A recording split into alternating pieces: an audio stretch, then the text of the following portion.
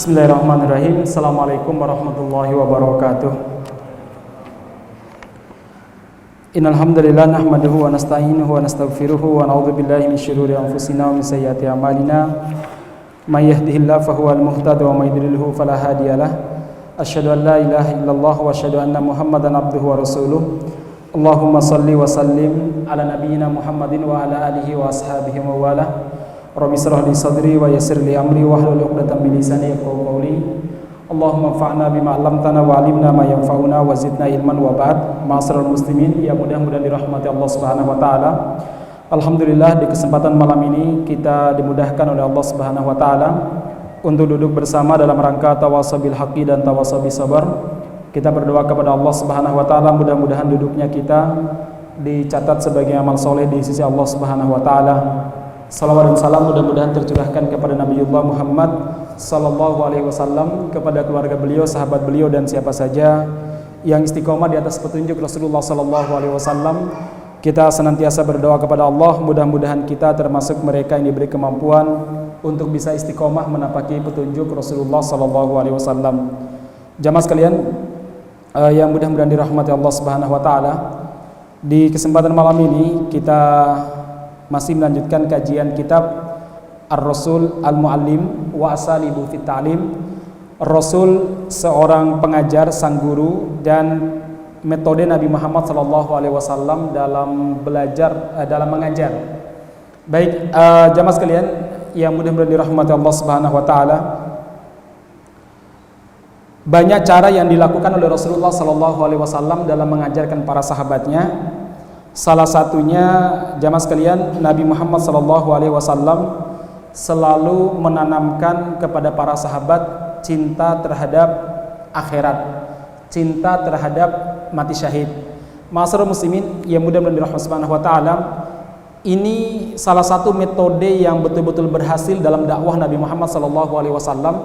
Ketika Nabi Muhammad SAW menanamkan kecintaan terhadap akhirat dan kecintaan terhadap syahadah, mati syahid di jalan Allah Subhanahu wa taala, itu betul-betul luar biasa dan tertanam dengan sangat kuat, menghujam dalam sanubari para sahabat Rasulullah SAW.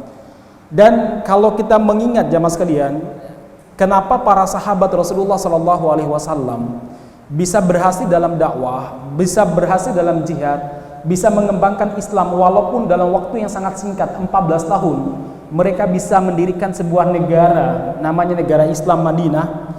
Itu salah satu faktornya apa? Karena karakter mereka yang luar biasa, dan karakter mereka yang membuat mereka berani memberikan segala-galanya dari mereka untuk Islam. Itu adalah apa? Karena kecintaan terhadap akhirat. Betul-betul ditanamkan oleh Rasulullah SAW cinta kepada akhirat, dan ditanamkan bagaimana cintanya terhadap mati syahid. Ma'asyiral muslimin, ini penting karena kita tidak akan bisa memenangkan pertempuran, kita tidak akan bisa membawa Islam menuju peradaban yang sangat tinggi, menjadikan Islam sebagai sebuah peradaban yang menguasai dunia, kalau seandainya kita nggak pernah menanamkan cinta kepada akhirat kepada murid-murid kita, kepada diri kita, kepada keluarga kita. Karena apalah dunia ini, kalau dunia menjadi standar perjuangan, maka perjuangan tersebut gampang sekali dikempiskan, gampang sekali diprovokasi, dan perjuangan tersebut akan mudah dipatahkan. Demikian juga jamaah sekalian, kalau tidak ada kesiapan untuk mati syahid di jalan Allah Subhanahu wa taala dalam memperjuangkan Islam, dalam mendakwakan Islam, maka cita-cita kita dan kata-kata kita itu hanya terekam dalam media, tapi tidak mampu membangkitkan giroh, gak mampu membangkitkan semangat. Kalau kita renungkan jemaah sekalian, hampir para tokoh yang dikenang sampai sekarang kata-katanya, diperjuangkan idenya. Kenapa demikian? Mereka telah mencurahkan semua kehidupan mereka untuk menumbuhkan ide mereka dalam jiwa kaum muslimin. Untuk apa? Untuk menumbuhkan cita-cita mereka dalam setiap sanubari pengikutnya, hatta orang kafir. Kenapa mereka diingat? Apalagi kaum muslimin, karena mereka telah mencurahkan semua potensi yang mereka miliki, dan mereka siap membayar atas ideologi dan keyakinan yang mereka miliki selama ini. Contohnya siapa jemaah sekalian? Tentu Nabi Muhammad SAW. Kata-kata beliau senantiasa menyemangati kita. Hadis-hadis Nabi Muhammad SAW, walaupun beberapa kata itu betul-betul menyemangati umatnya. Kenapa demikian? Beliau berani membayar harga daripada keyakinan yang beliau bawa. Beliau berani berjihad, diusir dari kampung halamannya, berhijrah ke Allah Subhanahu wa taala, menghunuskan senjata, meninggalkan keluarganya. Jadi jamaah sekalian, ternyata kata-kata kita ini, kalau kita siap untuk membayar harganya dengan segala potensi yang kita miliki, termasuk jiwa raga kita akan hidup.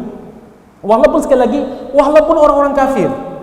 Sekarang kita kenal namanya Pramudia Anandathur, salah seorang novelis, penulis novel orang-orang komunis, orang-orang kiri.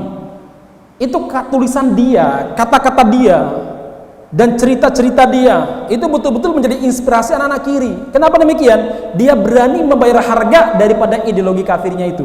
Walaupun dia dipenjara oleh Presiden Soeharto di Pulau Buru sana, jamaah sekalian. Yang pada akhirnya ketika putrinya mau nikah, sang calon menantu dia mensyaratkan untuk belajar Islam. Ternyata kafir-kafir masih cinta Islam. Ya maksudnya begitulah jamaah sekalian. Dikenang Imam Asy-Syafi'i rahimahullah, dikenang kata-katanya karena beliau berani membayar harga daripada kalimatnya, daripada ideologinya, daripada keyakinannya. Beliau siap membayar harga, jamaah sekalian. Said Qutb rahimahullah sampai sekarang masih menyemangati kita dalam berdakwah. Kalimat-kalimatnya bisa menjadi bisa menjadi cahaya petunjuk bagi kita dalam memperjuangkan Islam. Kenapa? Beliau berani membayar harga daripada keyakinannya, ideologinya, walaupun beliau tergantung di tiang gantungan, jamaah sekalian.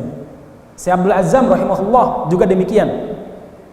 Beliau berani membayar harga atas ideologi yang beliau bawa, ideologi jihadnya, sehingga tulisan-tulisan beliau, ceramah-ceramah beliau betul-betul menginspirasi masyarakat muslimin. Nah, makanya jamaah sekalian, sekali lagi ini yang perlu ditanamkan dalam diri kita. Dan saya jadi teringat ketika tadi saya mendengarkan ceramah Habib Rizik, sambutan terhadap jenazah para syuhada yang mengawal beliau, bahwa beliau siap mati syahid bersama dengan keluarganya. Saya jadi berpikir, kalau seandainya para ulama dan para duat, para da'i, demikian juga para aktivis Islam memiliki kesiapan yang sama, membayar harga dari apa yang mereka perjuangkan, walaupun dengan nyawa taruhannya, saya yakin Islam cepat jaya di Indonesia ini, jemaah sekalian. Karena cinta terhadap dunia, tidak siap membayar harga daripada perjuangan kita. Akhirnya apa? Kita sering mencela-mencela, kemudian mencoba mencari zona aman dalam menyampaikan hal-hal yang dianggap berbenturan dengan kepentingan orang-orang kafir. Makanya jamaah sekalian yang mudah-mudahan rahmat subhanahu wa ta'ala, saya masih ingat ungkapan Said Qutb rahimahullah. Beliau mengatakan, inna kalimatina, sesungguhnya kalimat-kalimat kita, ideologi-ideologi kita, kata-kata kita itu akan menghujam ke bumi, membeku hatta idza mitna li ajliha, sampai kita siap mati membayar ideologi kita. Asyad bainal ahya, dia akan hidup di tengah manusia. Dan manusia sangat membutuhkan yang namanya semangat, membutuhkan kata-kata kita tersebut. Beliau buktikan dalam perjuangan beliau, jemaah sekalian. Saya jadi teringat dengan ungkapan daripada Hasan al-Banna rahimahullah, di mana beliau pernah mengatakan bahwa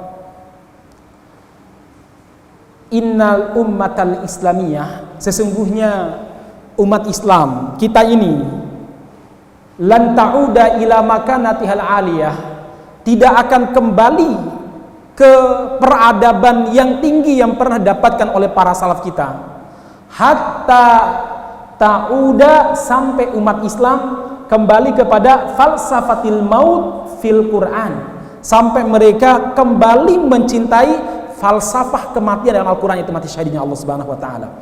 Baru kita bisa mengembalikan kejayaan kita, mengembalikan kemuliaan Islam sebagaimana yang pernah didapatkan oleh para pendahulu kita, jamaah sekalian. Ini penting masyarakat muslimin. Tidak akan bisa kita memenangkan pertempuran, kita memperjuangkan Islam, kalau kita tidak pernah menanamkan dalam diri kita kesiapan untuk mati syahid dan cinta terhadap mati syahid di atas segala-galanya, jamaah sekalian.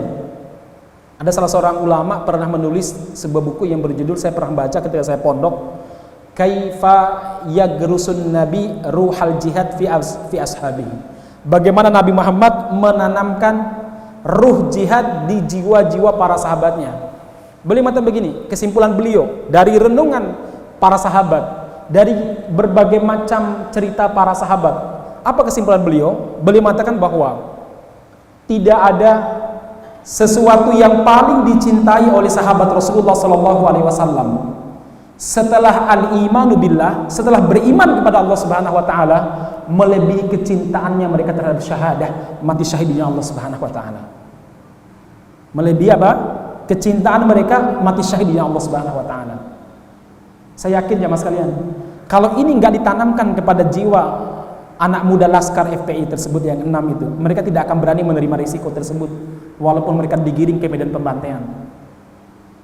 Tapi sekali lagi jamaah sekalian, menumbuhkan cita-cita mati syahid ini penting dalam diri kita, dan itu diantara tarbiyah metode Nabi Muhammad SAW mengajar para sahabatnya. Jamaah sekalian yang berada di Subhanahu wa taala, Nabi Muhammad SAW pernah mengatakan begini. Beliau mengatakan begini, walladzi nafsi biyadih, demi Allah yang jiwaku berada di tangannya, laula anna rijalan minal mu'minina la tatibu anfusuhum an yatakhallafu anni wala ajidu ma ahmilum alaih ma takhallaftu an sariyatin tagzu fi sabilillah. Demi Allah, kalau seandainya tidak memberatkan jiwa orang-orang beriman dalam saat berjihad, niscaya saya tidak akan pernah sama sekali ketinggalan untuk berjihad di jalan Allah Subhanahu wa taala, tagzu fi sabilillah, untuk berperang di jalan Allah Subhanahu wa taala, walladzi nafsi biyadih, demi Allah yang jiwaku berada di tangannya, lawaditu, sungguh saya ingin sekali, anni uqtal, saya terbunuh di medan Allah, di medan jihad fi sabilillah, thumma uhya thumma uqtal, kemudian aku dihidupkan kembali oleh Allah Subhanahu wa taala dan terbunuh untuk kedua kalinya di jalan Allah Subhanahu wa taala, thumma uhya, dan dihidupkan untuk kedua kalinya, thumma uqtal, dan aku terbunuh lagi di medan jihad. Masyarakat muslim, begitu besarnya sahadah, balasan bagi orang-orang mati syahid di jalan Allah Subhanahu wa taala. Ini kita perlu sampaikan kepada masyarakat kita, agar kita dan masyarakat tentunya, keluarga kita, siap membayar ideologi Islam yang kita yakini sebagai raditu billahi robba wa bil islami dina wa bi muhammadin nabiyya wa rasulah. Kita siap membayar harganya dengan nyawa kita, baru bisa hidup ideologi kita jamaah sekalian, baru bisa menginspirasi. Dan ini yang dilakukan oleh para sahabat Nabi Muhammad SAW. Kita lihat ada salah seorang sahabat namanya Amr bin Jamuh, sahabat yang umurnya sudah 60-an tahun, kakinya pincang, kemana-mana harus pakai tongkat. Perang Badar belum tertinggal, karena perang Badar itu sebenarnya para sahabat pergi bukan dalam rangka untuk perang, tapi dalam rangka mencegah kafilah dagang yang dipimpin oleh Abu Sufyan. Tapi ternyata kafilahnya berlalu, kemudian digantikan dengan pasukan perang. Nah, saat perang Uhud dan mendengar Nabi Muhammad SAW memobilisasi kaum muslimin untuk berangkat perang Uhud, maka Amr bin Jamuh pulang ke rumahnya. Dia mengasah pedangnya, memperbaiki helm perangnya, kemudian beliau memperbaiki baju perangnya. Demikian juga tombak dan anak panahnya dia persiapkan, sampai anak-anaknya yang sudah dewasa, yang sudah tua, umur 30-35 tahun atau umurnya 20-26 tahun. Apa kata anak-anaknya? Abah, mau kemana anda? Bapaknya mengatakan, wahai anakku, aku mendengar Nabi Muhammad SAW memobilisasi kaum muslimin untuk berjihad, berangkat menghadang orang-orang musyrik, mempertahankan kota Madinah. Aku ingin berjihad. Abah, anda sudah tua, umur anda sudah tua, apalagi kaki abah pincang. Udah abah tinggal di rumah, nunggu Umi, biar kami yang berangkat. Enggak, saya akan berangkat. Abah udah di rumah saja. Enggak, saya berangkat. Akhirnya jamaah sekalian, karena perdebatan tidak menemukan titik temu, akhirnya Amr bin Jamuh naik ke atas kudanya. Beliau datang menemui Rasulullah sallallahu alaihi wasallam. Kemudian dalam keadaan menangis, beliau mengatakan, "Ya Rasulullah, sungguh sedih yang kurasakan." Rasulullah mengatakan, "Kenapa kamu sedih, wahai Amr?" "Ya Rasulullah, saya tertinggal Ghazwatul Badar, perang Badar ya Rasul. Saya tertinggal ya Rasulullah. Pada perang kali ini ya Rasul, saya ingin membersamaimu dalam jihad fisabilillah ini ya Rasulullah. Ya Rasulullah, demi Allah, saya ingin dengan kakiku yang pincang ini saya bisa menginjak surga Allah Subhanahu wa taala ya Rasulullah." Rasul mengatakan, "Terus apa yang menghalangi kamu?" "Manauni abnai, anak-anakku melarangku ya Rasulullah. Saya izinkan kamu." "Siap ya Rasulullah. Demi Allah, Allah akan menyaksikan bagaimana saya berjihad di jalannya." Dia bersumpah. Dia pulang dengan senyum dan mengatakan kepada anak-anaknya, "Kalian gak bisa lagi melarang saya, karena Rasulullah SAW telah mengizinkan saya." Akhirnya ma'asyiral muslimin, ketika perang Uhud, beliau betul-betul membuktikan apa yang beliau ucapkan. Mati syahid, dan hampir saja tidak ada yang mengenali jasad beliau kecuali seorang saudarinya dari cincin yang beliau pakai. Kenapa? Sekujur tubuhnya penuh dengan luka, dan beliau tidak pernah melepaskan pedangnya sampai nyawanya itu keluar dari badannya menghadap Allah Subhanahu wa taala. Ma'asyiral muslimin yang mudah dirahmati Subhanahu wa taala, begini Rasulullah SAW dan para sahabat mengajarkan kepada kita bagaimana memperjuangkan Islam. Bukan kata-kata manis saja, tapi adalah apa? Kesiapan membayar harga dan ideologi yang kita miliki dengan segala yang kita miliki, jamaah sekalian. Baru hidup tengah masyarakat, baru bisa kita ini memenangkan yang namanya perjuangan ini, ma'asyiral muslimin. Gak bisa hanya dengan kata-kata, harus dengan membayar semua harganya. Ma'asyiral muslimin yang mudah dirahmati Subhanahu wa taala, Rasulullah SAW pernah mengatakan, "Man khafa adlaja." Barang siapa yang takut adlaja, dia pasti akan bercapek-capek. Ini sebenarnya gambaran orang yang berangkat pada malam hari. Kalau takut di tengah jalan, dia pasti berlari. Atau kalau takut nggak sampai rumah, dia pasti berjalan capek, secapek-capeknya supaya sampai ke tempat tujuan. Waman adlaja balaqal manzila. Dan barang siapa yang bercapek-capek menempuh jalan, dia pasti mencapai tujuannya, manzilnya, rumahnya. Kalau itu yang dituju adalah rumah. Ala inna sil'atallahil ghaliyah. Sesungguhnya barang dagangan Allah Subhanahu wa taala itu mahal. Ala inna sil'atallahil jannah. Sesungguhnya dagangan Allah apa? Surga, ma'asyiral muslimin. Apa? Surga. Itu yang harus kita bayar dengan nyawa dan jiwa raga kita. Baru Islam itu hidup di tengah masyarakat. Baru Islam menjadi panutan. Kalau para sahabat Rasulullah SAW tidak mempersiapkan dirinya untuk membayar dari ideologi yang mereka miliki, maka mereka tidak akan bisa memenangkan pertempuran. Mereka masih menjadi budak orang-orang musyrik di Makkah, tapi mereka siap membayar ideologi yang mereka miliki dengan harga apapun yang Allah Subhanahu wa taala minta. Hijrah, mereka laksanakan hijrah. Disiksa sabar, mereka bersabar dalam menghadapi ujian. Jihad, mereka berjihad di jalan Allah Subhanahu wa taala.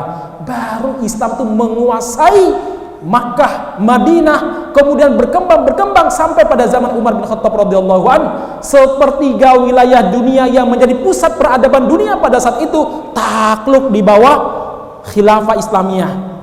Inilah yang dilakukan oleh Muhammad Al-Fatih. Nenek moyangnya mulai dari Sulaiman Shah, Ertugrul, Osman dan lain sebagainya. Mereka apa? Membayar apa yang mereka yakini dengan jiwa raga mereka. Baru mereka bisa menangkan pertempuran itu, ma'asyiral muslimin. Ma'asyiral muslimin yang mudah-mudahan dirahmati Subhanahu wa taala. Jadi saya juga teringat melihat berbagai macam fakta hari ini, ma'asyiral muslimin, dengan berbagai macam intimidasi terhadap orang yang mencoba untuk mengungkapkan kebenaran, dengan berbagai macam intimidasi di WA, konten di YouTube-nya dihapus, akunnya di-ban, kemudian dipersekusi dan lain sebagainya, dipepet, dikejar-kejar, keluarganya diteror. Saya jadi ingat, kalau itu kita ikuti ketakutan tersebut, niscaya apa yang terjadi? Islam itu semakin down. Sebenarnya yang kita takuti itu bukan sebenarnya yang terjadi, karena yang terjadi itu adalah sesuatu yang ditakdirkan oleh Allah Subhanahu wa taala. Bahwa kita ada kewajiban untuk akhdul asbab, untuk mengantisipasi segala hal yang tidak kita inginkan, iya. Tapi jangan sampai ketakutan kemudian membuat kita ini tidak berkarya, jamaah sekalian. Membuat orang takut sekali, melebihi ketakutannya kepada Allah Subhanahu wa taala. Akhirnya apa? Diam, tidak bisa berkarya.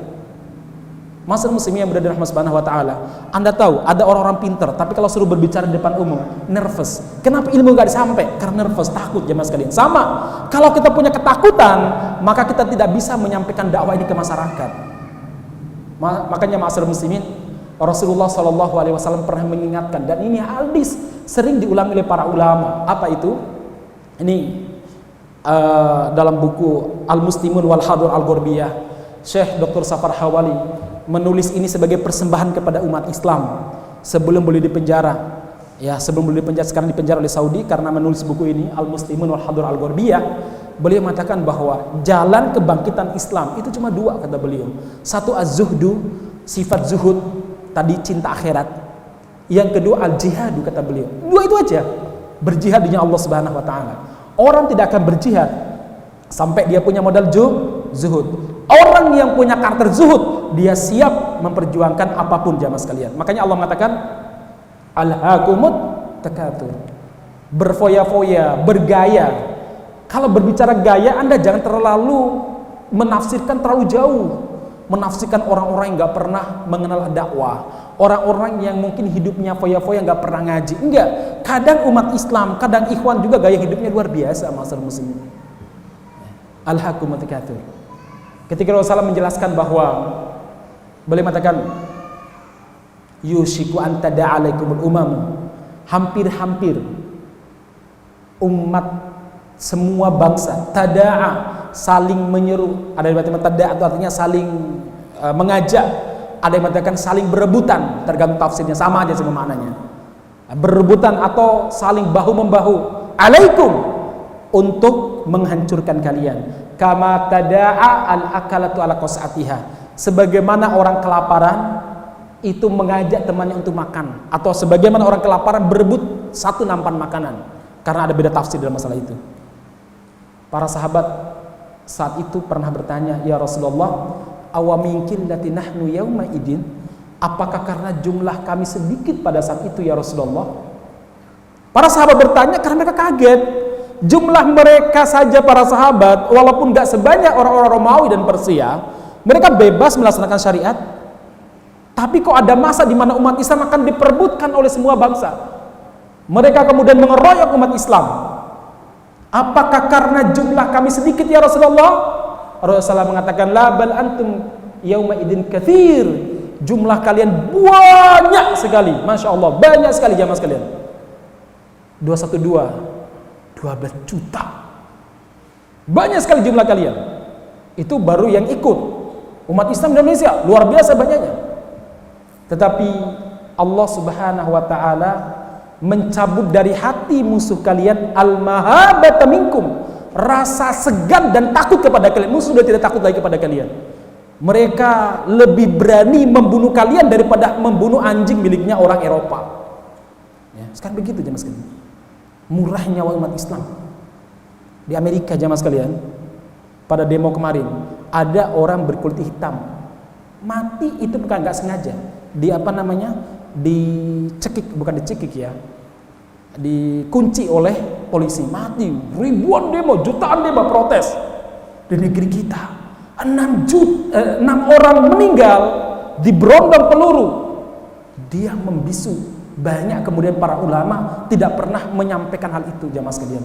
Padahal Allah Subhanahu wa taala lewat lisan Rasulnya mengatakan, kalau ada seorang muslim terbunuh secara zalim dan Anda berada di negeri tersebut, Anda mampu untuk menyelamatkannya atau menjelaskannya, sementara Anda tidak melakukannya, maka Anda tertulis sebagai pembunuh orang tersebut, ma'asyiral muslimin. Jadi kalau kita nggak pernah mengungkap, nggak pernah membela mereka, sementara kita mampu, kita akan ditulis oleh Allah Subhanahu wa taala sebagai orang yang turut serta dalam pembunuhan tersebut, ma'asyiral muslimin. Membiarkan kedoliman itu. Masalah muslimin yang berada di rahmat Subhanahu wa taala. Ini jadi sekali lagi dia membisu ketika umat Islam terbunuh. Murah sekali nyawa umat Islam. Sekali lagi tadi ya, hari ini manusia lebih mudah dan lebih berani membunuh, menghilangkan nyawa umat Islam daripada membunuh anjingnya Amerika Serikat. Anjing beneran gitu loh. Kalau ada orang bunuh anjing di Amerika ramai. Tapi ada nyawa umat Islam terbunuh, dia membisu. Padahal Rasulullah pernah mengatakan, la antuk damul ka'batu hajaran ahwanu indallah min dammi mri'in muslimin bighairi haqqin. Min anturaqud dammi mri'in muslim bighairi haqqin. Demi Allah, hancurnya Hajar Aswad, satu persatu batunya dilepas, itu lebih ringan di mata Allah akibatnya daripada tertumpahnya darah seorang muslim tanpa hak. Ini darah umat Islam, jemaah sekalian. Banyak orang yang dia membisu. Itu urusan FPI. Ini bukan urusan FPI, mereka saudara kita. Mereka anak-anak kita, teman-teman kita. Kalau Anda masih menganggap bahwa itu urusan orang FPI, Anda tidak beriman, jemaah sekalian. La yu'minu ahadukum hatta yuhibba li akhihi ma yuhibbu li nafsihi. Kalian tidak beriman sampai kalian mencintai untuk saudara kalian sebagaimana kalian mencintai untuk dirinya. Kita ingin dibela. Kita ingin kalau ada keluarga kita yang meninggal, terdolimi, ada orang yang membelanya. Begitu perasaan keluarga para syuhada yang di Petamburan ataupun yang di sana itu. Ya, kita harus melakukan hal yang sama, jemaah sekalian, sebagai bukti kecintaan kita kepada mereka. Jemaah sekalian, kalau kita diam, para ulama diam, ormas Islam diam, tidak ada pembelaan dari mereka, Allah Subhanahu wa taala berjanji dalam lisan Rasulnya, man khadalam ro'an musliman fi mautinin tuntahaku fi hurmatuh wa yuttaqasu fihi min irdih illa khaddalahullah fi mautinin yuhibbu fihi nusratah. Kalau ada seseorang yang membiarkan dan mengesampingkan seorang muslim, tidak peduli dengan seorang muslim, menelantarkan seorang muslim di saat kehormatannya diinjak-injak, harga dirinya dinodai, dia membisu, padahal dia mampu untuk melakukan pencegahan atau minimal membela dengan lisannya, dia diam, maka Allah akan menghinakan dia di saat dia membutuhkan pertolongan Allah Subhanahu wa taala. Boleh jadi corona menyebar di negeri kita karena kita diam dari kedoliman yang menimpa saudara-saudara kita. Orang Rohingya datang ke negeri kita, seharusnya kita posisikan mereka sebagai muhajirun yang keluar untuk membela dan menyelamatkan nyawa dan agamanya, sementara kita harus memposisikan diri kita sebagai ansar, malah justru diusir. Ma'asyiral muslimin, makanya kedoliman dan berbagai macam hukuman Allah Subhanahu wa taala terus menimpa negeri kita. Ini sekali lagi Allah yang mengatakan, tentu lewat lisan Rasulnya, jemaah sekalian. Nah, saudara sekalian yang berada di rahmat Subhanahu wa taala, jadi sekali lagi harus ada pembelaan. Kalau antum punya Facebook, lalu antum mengupload kedoliman ini takut di-banned, mohon maaf saudara sekalian, apa yang Anda perjuangkan untuk Islam? Facebook bikinnya murah, gratis. Hanya butuh kuota internet sekian mega, nggak sampai megaan. Lalu Anda khawatir akan di-banned kalau saya mengupload ini, jemaah sekalian. Kalau begitu, kalau Allah suatu waktu meminta kita lebih daripada itu, nyawa kita, harta kita, yang lebih daripada harga Facebook yang gratis itu, apa kita mampu untuk memberikannya, jemaah sekalian? Banyak teman-teman kita yang mencoba menghindar, tidak berani. Kenapa? Akunnya di-banned. Jangan khawatir, Allah ganti dengan lebih baik. Saya 20 kali di-banned akun saya. Udah dibuat lagi aja, buat lagi aja. Gratis, jemaah sekalian. Mudah-mudahan nanti di hari kiamat akan bersaksi di hadapan Allah Subhanahu wa taala, kan? Kita nggak tahu siapa tahu Facebook itu akan datang dan mengatakan fulan telah membela saudaranya, lewat saya ya Allah berikan syafaat kepada dia. Mungkin loh, jemaah sekalian. Karena amal soleh akan berikan syafaat kepada kita. Saudara sekalian yang berada di rahmat Subhanahu wa taala, jadi sekali lagi memang harus kita suarakan serempak. Kalau nggak serempak, bagaimana bisa berefek? Kalau nggak kita memviralkan, siapa lagi yang memviralkan, jemaah sekalian? Kalau akun Instagram Anda takut di-banned gara-gara menyebarkan informasi seperti ini, maka saya jadi pertanyaan, lantas kalau Allah meminta kita berkorban lebih daripada itu, Siapkah kita? Mengorbankan yang gratis saja. Gratis kan? Itu kita pikirnya lama banget, bahkan mungkin sampai istikharah. Apalagi mengorbankan lebih daripada itu, masyarakat muslimin. Bela saudara kita. Mereka terdolimi. Kalau hari ini Anda mengatakan itu serangannya hanya kepada FPI, jangan lupa Anda juga muslim. Mungkin gilirannya Anda berikutnya, keluarga kita mudah-mudahan tidak terjadi. Nauzubillah, nauzubillah. Masyarakat muslimin yang berada di rahmat subhanahu wa ta'ala. Dulu yang kita ketahui ditembak mati di tempat itu hanya orang-orang yang disebut teroris. Tapi sekarang sudah mulai menyebarnya mas kalian. Bukan lagi orang-orang disebut teroris, tapi orang-orang yang dianggap menghalangi penyelidikan dan lain sebagainya. Apalah alasannya? Masyarakat muslimin yang mudah-mudahan dirahmati subhanahu wa ta'ala. Jadi satu hal ini perlu kita sampaikan ya, bahwa kita harus menghidupkan semangat untuk mati syahid supaya kita berani menyampaikan kebenaran. Salah satu sebab kenapa orang tuh nggak berani, karena orientasinya disorientasi, salah orientasi. Kalau orientasi udah bener, dia akan punya keberanian luar biasa, masyarakat muslimin. Kalau orientasi udah bener, kalau dia mengatakan bahwa mati hidup tangan Allah Subhanahu wa taala, sebagaimana yang sering kita ikrarkan, bahwa toh kita juga akan mati, maka seorang muslim sebenarnya tidak perlu begitu takut menyampaikan kebenaran. Justru kalau seandainya kita menyampaikan kebenaran, lalu kita misalkan, dan mudah-mudahan Allah Subhanahu wa taala memberikan terbaik, kita misalkan dibunuh ataupun dieksekusi gara-gara menyampaikan kebenaran, ingat, itu sayyidus syuhada.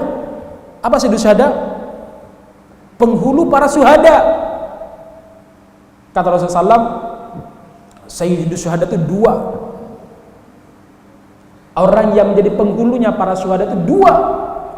Satu Hamzah bin Abdul Muthalib, dan ini bukan makom kita.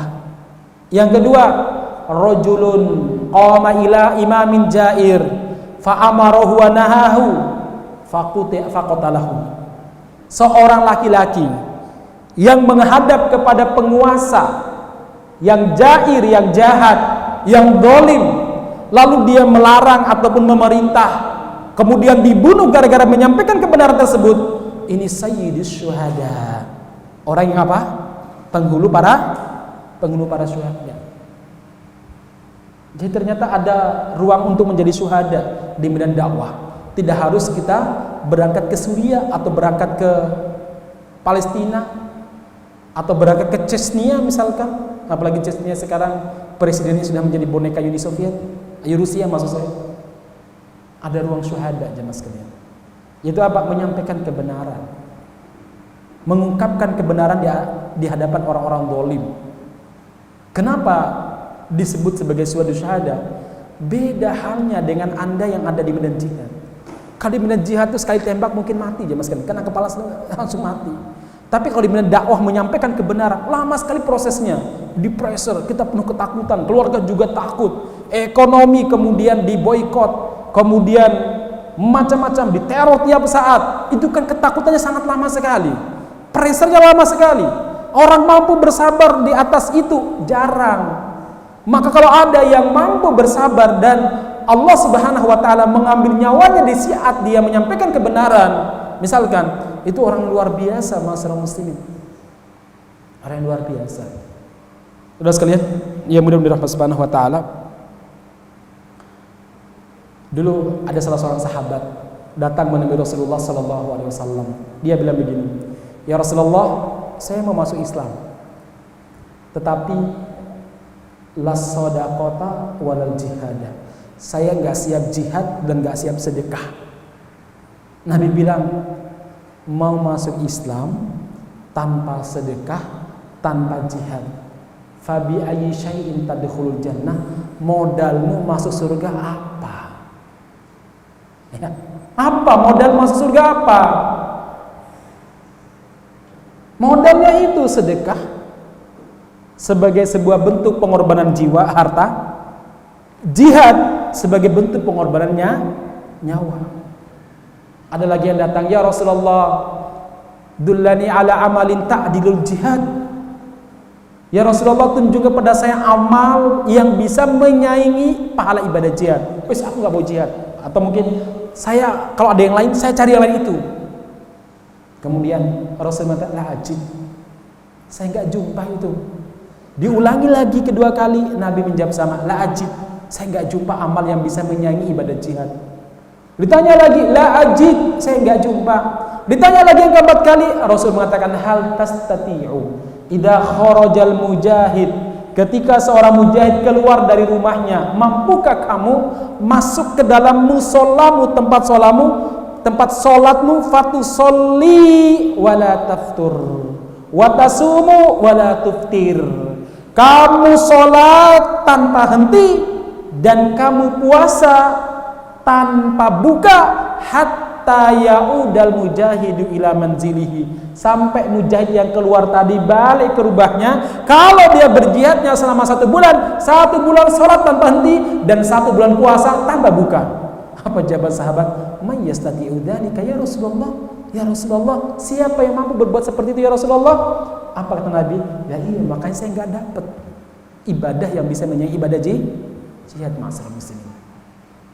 Saudara sekalian yang mudah-mudahan dirahmati Allah Subhanahu wa taala, Rasulullah sallallahu alaihi wasallam juga pernah bersabda,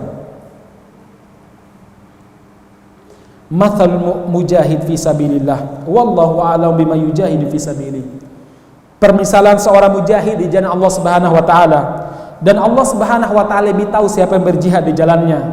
Kamathalis shaim al-qaimi wa tawakkal Allahul mujahid fi sabilihi bi an yatawaffahu ay yudkhilahul jannah aw yarji'ahu saliman ma'a ajrin aw ghanimatin. Orang yang berjihad di jalan Allah, perumpamaan ibadahnya dan pahalanya seperti orang yang berdiri melaksanakan apa? Salat, dia puasa, dan Allah menjanjikan bagi orang mujahid yang berjihad di jalan Allah, apa janji Allah Subhanahu wa taala? Allah menjanjikan kalau dia meninggal, Allah memasukkan dia ke dalam surga. Kalau dia balik, Allah akan mengembalikan dalam keadaan selamat bersama dengan pahala dan rampasan perang yang dia bawa. Ini janji Rasulullah sallallahu alaihi wasallam. Bahkan ma'asyiral muslimin yang mudah-mudahan Allah Subhanahu wa taala, Rasulullah SAW juga pernah bersabda, la godwatun fi sabilillah aw rauhatun khairun minad dunya wa ma fiha. Sungguh berjalan sesaat di medan jihad di waktu pagi atau di medan jihad di waktu sore sesaat saja, itu lebih baik daripada dunia dan seisinya. Dunia seisinya banyak, mas-mas. Alphard itu dunia juga, Toyota Fortuner ya dunia juga, akhwat yang cantik dunia juga. Rasul mengatakan keberadaan antum di shop jihad walaupun sesaat di waktu pagi atau di waktu sore itu lebih baik daripada dunia dan seisinya, mas. Masya Allah. Saya ada cerita dulu ya, cuma medan jihad kita beda sama Suriah. Ini saya cerita medan jihad Suriah, dan sangat besar kemungkinan juga terjadi bagi mereka yang berjihad di jalan Allah Subhanahu wa taala di Indonesia. Contohnya yaitu mereka meninggal kemarin, kita lihat videonya jelas menetes darahnya. Darahnya masih menetes. Gak beku sebagaimana mayat-mayat pada umumnya. Ma'asyiral muslimin, ada salah seorang komandan mujahidin cerita sama saya, namanya Abu Ubaidah, masih ingat terus namanya Abu Ubaidah. Dia orang Palestina tapi dia berjihad di Suriah. Dia cerita sama saya, "Ahi, dulu saya pernah punya anak buah. Suatu waktu kami di medan jihad, saat itu pertempuran sengit sekali di daerah Latakia itu dekat laut Eropa sana, dan saya pernah dibawa ke sana." Dia bilang saat itu pertempuran sangat sengit sekali. Awalnya kami menang, tapi ternyata pesawat dan helikopter menyerang kami dari atas. Kami nggak bawa senjata anti pesawat, kami nggak bawa karena besar kan pesawat itu. sementara kami berjalan sekian kilometer di tengah hutan. Akhirnya karena dibombardir oleh pesawat tempur, kami pun ya sudah hentikan peperangan, tidak ada lain kecuali zikrullah, menguatkan keyakinan dan mengingat akhirat, bersembunyi di tempat yang dianggap tersembunyi sampai mereka ngebom sekian menit, 30 menit atau berapa itu. Ngebom 30 menit ya udah ngeri juga ya. 1 menit aja dibom kayak apa rasanya? 30 menit dibom tuh kayak apa? Hampir tidak ada tempat kecuali dibom. Setelah itu, setelah mereka pergi, kami keluar dari tempat bersembunyian mencari yang meninggal. Dan dia bilang, kami kenal ada 3 anak muda yang belum menikah, masih remaja umurnya. Dulu adalah anak-anak yang suka nakal, bepergian, lalu mereka mendapatkan hidayah karena jihad. Mereka bertiga ini teman ketika jahiliyah dan teman juga saat bergabung dengan para mujahidin. Kami melihat 2 orang meninggal di tempat syahadah. Satunya kritis, namanya Ahmad. Kritis luar biasa. Akhirnya kami bawa ke rumah sakit tempat kami bertugas dulu. Kejadian sebelum kita ke situ, kami bawa ke sini. Akhirnya rumah sakit di sini angkat tangan. Ini harus dibawa ke Turki. Akhirnya kita siapkan ambulan. Dia belum sadar itu, masih hilang kesadarannya. Siapkan ambulan, bawa ke perbatasan Turki. Sambil menunggu mobil ambulan dari Turki, karena nggak mungkin mobil Suriah masuk ke Turki pas ditembak, ya. Menunggu bantuan dari Turki, ambulan dari Turki. Tiba-tiba dia bangun, mencopot infusnya, lalu bertanya, "Aina fulan? Mana teman saya?" Yang dia ingat pertama kali teman-teman yang 2 tadi. Akhirnya sang komandan ini bilang begini, "Teman-temanmu baik insya Allah. Udah kamu gak usah mikirin dia." Kemana mereka? Pokoknya mereka baik. Dia langsung bilang, "Loh, kalian jangan berdosa kepada saya. Saya melihat mereka berdua di mata saya. Ini mereka sedang berterbangan di sebuah taman yang sungguh sangat indah. Saya melihat mereka sedang berterbangan." Teman-teman yang melihat puluhan yang ikut itu, lihat nggak ada siapa-siapa, tapi dia bisa melihat. Setelah itu dia senyum dan mengatakan, "Sungguh teman-teman saya telah di surga." Lalu dia mengatakan, "Ainal qiblah?" Kiblat arahnya mana? Akhirnya teman-teman mengatakan, "Udah kamu wudhu dulu. Allahu a'lam bihali. Allah tahu kondisi saya. Yang penting tunjukkan kiblat dulu aja." Ditunjukin kiblatnya. Dia bangun. Teman-teman mengatakan, "Udah kamu suruh duduk aja." "Enggak, saya bangun." Dia bangun, sholat, sujud pertama, langsung gugur sebagai meninggal. Dan cerita teman ini Abu Ubaidah, "Wallahi Aba Hafid," dia bilang sama saya, "Demi Allah ya Abu Hafid, wallahi Aba Hafid, selama 1 pekan ambulan yang digunakan untuk membawa dia, demikian juga keranda untuk mengantarkan dia ke sana, kami mencium semerbak wangi kasturi. Demi Allah, sungguh kami langsung menangis dan kami kemudian semuanya berdoa untuk mendapatkan syahadatnya Allah Subhanahu wa taala." Masalah muslimin, gimana kita tetap mati. Ada yang mati karena kena Covid, ada yang mati karena tabrakan motor, ya. Dan mati yang paling indah adalah mati di jalan Allah Subhanahu wa taala. Masalah muslimin. Dan sekalian, jadi sekali lagi ini perlu kita sampaikan kepada umat. Ingat, damus syahid, kata para ulama, darahnya para syuhada, nurun wa narun, adalah nur, cahaya. Ini ada ungkapan salah seorang ulama, saya bacakan ya. Nurun wa narun, nurun yudi'u durubal mu'minin wa narun ala tughatid dhalimin. Darahnya para syuhada yang tertumpah di jalan Allah Subhanahu wa taala itu menjadi nur, cahaya yang akan menerangi jalannya orang-orang beriman ketika mereka menuju Allah Subhanahu wa taala, sehingga tahu mana kawan mana lawan, sehingga mereka tahu mana ulama su' dan mana ulama siddiqin, ulama rabbani. Cahaya darahnya para syuhada akan membuat mata kita terang melihat kemana kita harus melangkah, kepada siapa harus bergabung, dan kepada siapa senjata kita harus diangkat. Wa narun, dan darahnya para syuhada itu adalah api. Api bagi siapa? Yang akan membakar orang-orang zalim dan para togut yang telah melampaui batas.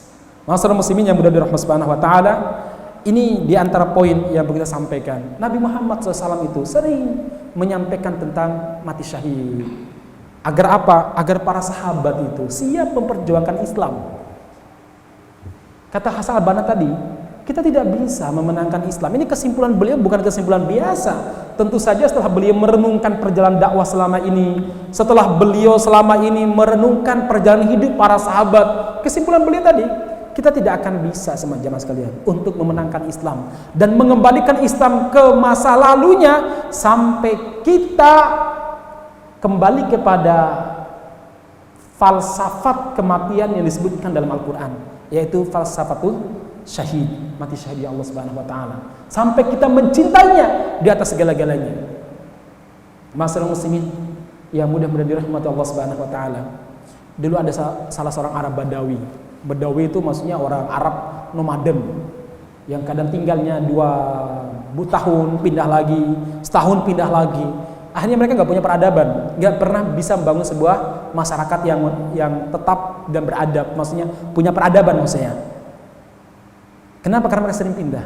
Suatu waktu ada orang Badui beriman kepada Rasulullah SAW dan dia diajak sama Nabi untuk hijrah. Hijrahlah beliau ke Madinah. Ketika hijrah di Madinah ada jihad, berangkatlah dia berjihad bersama dengan Nabi Muhammad SAW. Umat Islam berhasil memenangkan pertempuran. Lalu dibagilah ghanimah, yaitu harta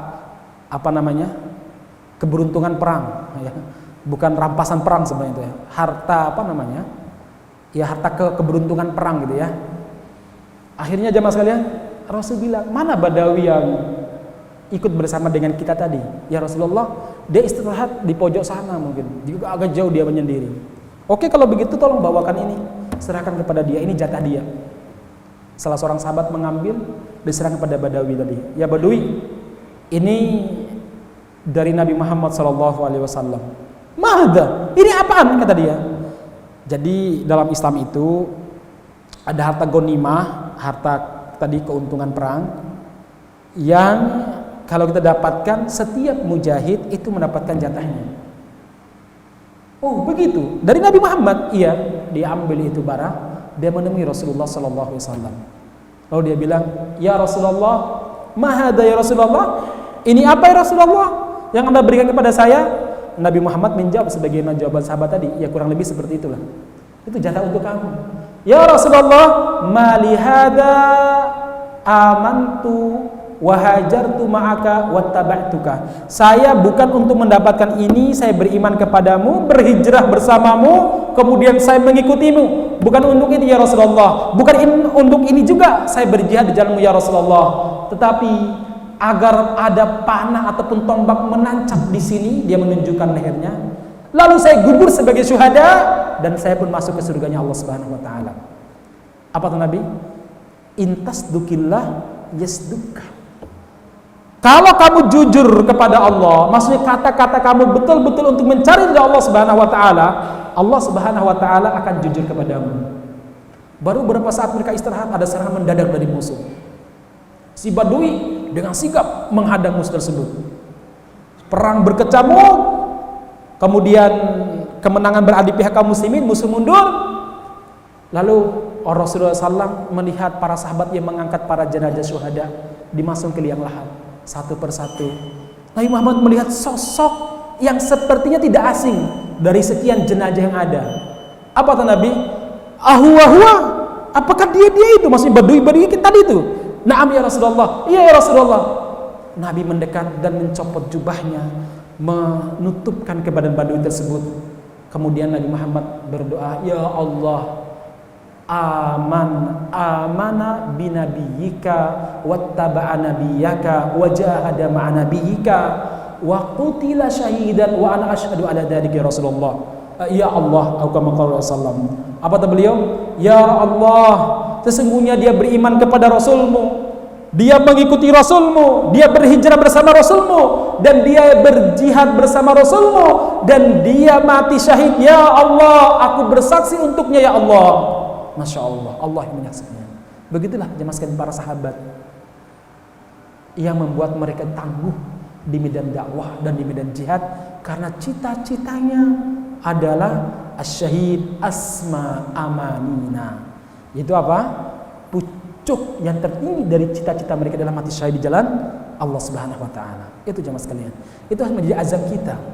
Kalau kita jujur, kita itu jadikan sebagai cita-cita kita, jemaah sekalian, maka Allah Subhanahu wa taala akan memberikan itu. Kata Rasulullah, man sa'alallaha syahadata, barang siapa yang minta kepada Allah mati syahid, ballaghullahu manazila syuhada wa in mata ala firasyih. Allah akan memberikan kepada dia manzilahnya para syuhada walaupun dia mati di atas ranjangnya. Umar pernah berdoa ketika belum jadi khalifah, ya Allah, wafatkan aku syahidan. Ya Allah, wafatkan aku mati syahid di jalanmu di Madinah nabimu, di kota Madinah. Ada salah seorang sahabat menimpali, ya Amirul Mukminin, apa doa Anda gak salah?